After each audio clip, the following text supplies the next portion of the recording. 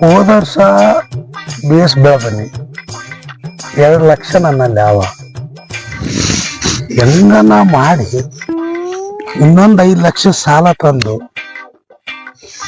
ಅಲ್ಲೊಂದು 20 ಎಕರೆ ನೋಡಿನಿ. ಎಷ್ಟನ್ನ ಲೀಸ್ ಆಗಲಿ ಕೋಟ್ ಹೋಗಿ ಆ ಹೊಲ ಲೀಸಿಗೆ ಮಾಡ್ಕೊಂಡು 7 ಲಕ್ಷ ಇರ್ತಾವ. 25 ಎಕರೆ ಒಂದೇ ಸಾರಿ ಬೆಳೆದ್ರೆ ಲಕ್ಷಾಧೀಶ್ವರ ಆಗ್ಬೋದಲ್ಲ.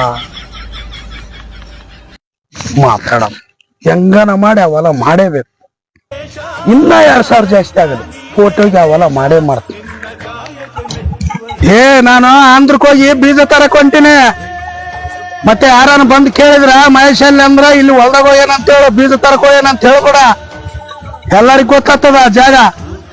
ಬರ್ತನ ಹುಡುಗರನ್ನ ಬೇಸು.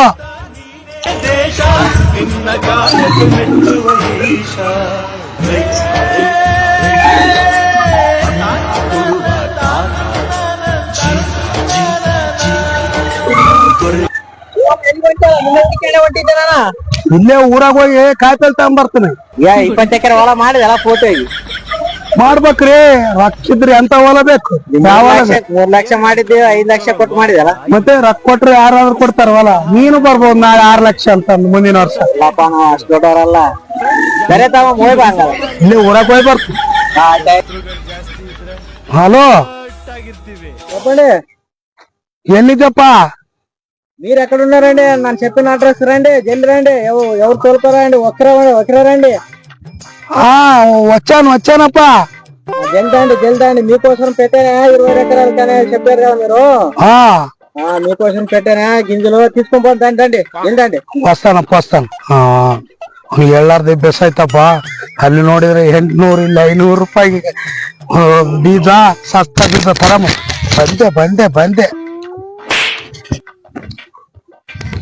ಆಟೋ ಅಂಜ. ಹಲೋ ಮಳೆ ಭರ್ಜರಿ ಆಗ್ಯದಮ್ಮ. 2 ಆಟೋ ಮಂದಿ ಬಂದ್ಬಿಡ್ರಿ. ನಿನ್ನೆ ಬೀಜ ತಂದಿನ ಆಂಧ್ರಲಿತ ಇಟ್ಕೊಂಡು ಹೋಗ್ಬಿಡ್ರಿ. ಮುಂಜಾನೆ ಬಂದ್ಬಿಡ್ರ. 200 ತಗರಿ ಏನಾಗ್ತದ ಒಂದಿಂದಲ್ಲ. ಜಲ್ದಿ ಮುಂಜಾನೆ ಬರ್ರಿ. ಆಶಾರತಿಗೆ ಇಟ್ಕೊಂಡು ಹೋಗ್ಬಿಡಂತ್ರ.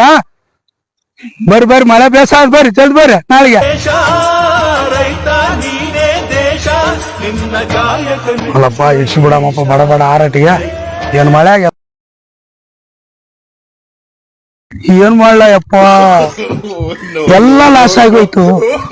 25 ಎಕರೆ ಹತ್ತೋಲ ಐತೆ. ಲೂಸ್ ಬೀಜ ತಂದು ಬಿಟ್ಟೆ ಆಂಧ್ರಕ್ಕೆ ಹೋಗಿ ಬಂದು ಎಲ್ಲ ಲಾಸ್ ಆಯ್ತು. 25 ಎಕರೆ ಹೊಲ ಸೇರಿ 14 ಕ್ವಿಂಟಲ್ ಹತ್ತಿ ಆಗ್ಯದಪ್ಪ. ಗೊಬ್ಬರದವನಿಗೆ ಏನ್ ಕೊಡ್ಲಿ, ಎಣ್ಣೆವನಿಗೆ ಏನ್ ಕೊಡ್ಲಿ, ಕೂಲಿಯವ್ರಿಗೆ ಏನ್ ಕೊಡ್ಲಿ, ಎಲ್ಲ ಲಾಸ್ ಆಗಿ ಊರ್ ಬಿಟ್ಟು ಹೋಗೋ ಪರಿಸ್ಥಿತಿ ಬಂದದಪ್ಪ.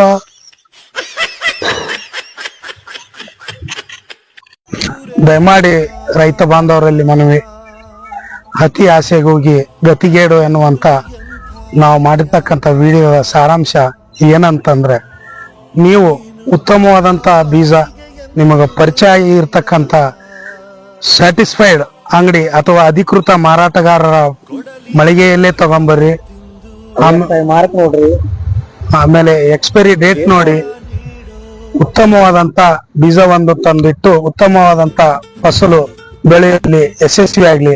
ರೈತ ಬಾಂಧವರಿಗೆಲ್ಲರಿಗೂ ಧನ್ಯವಾದಗಳು.